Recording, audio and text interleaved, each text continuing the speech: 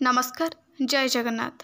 यही वीडियो मु कुनि कुनि पिलामानक पई नेताजी जयंती उपलक्षे सबुठु सुंदर एवं संक्षिप्त ओडिया भाषणटी नहीं आछि। तेबे चलंतु डेर नकरी वीडियोटी को आरंभ करिबा। सम्माननीय सभापति महोदय, पूज्य गुरुजी और गुरुमा वृंद, उपस्थित श्रोता मंडली एवं मोर सान बड़ भाई और भौणी माने, आज होछि जनवरी मास 23 तारिख सुभाष चंद्र बोसकर पवित्र जन्म जयंती। तांकर जन्म दिवस को आमे नेताजी जयंती भाव पालन करिथाउ। नेताजी सुभाष चंद्र बोस 1897 मसीहा जनवरी मास 23 तारिख रे ओडिशार कटक स्थित ओडिया बजार रे जन्मग्रहण करथिले। तांको पितांको नाम थिला जानकीनाथ बोस एवं मातांको नाम थिला प्रभावती देवी।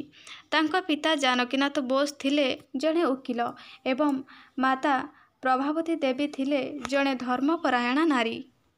से Ravenshaw collegiate school matric pass करिबा परे कलिकता प्रेसिडेंसी कॉलेज रे नाम लिखाइथिले। एहा परे से आईसीएस परीक्षा रे सर्वभारतीय स्तर रे चतुर्थ स्थान अधिकार करथिले। से इंग्रेज सरकार अधीन रे रही उच्च वेतन रे सरकारी चाकरी न करी निज देशर स्वाधीनता पई इंग्रेज मानक विरोध रे संग्राम करने को पसंद करथिले।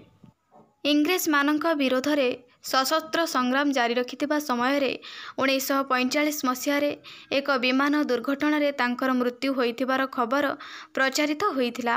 मात्र आज भी तांकर मृत्यु एक रहस्य घेर रे रहिछि।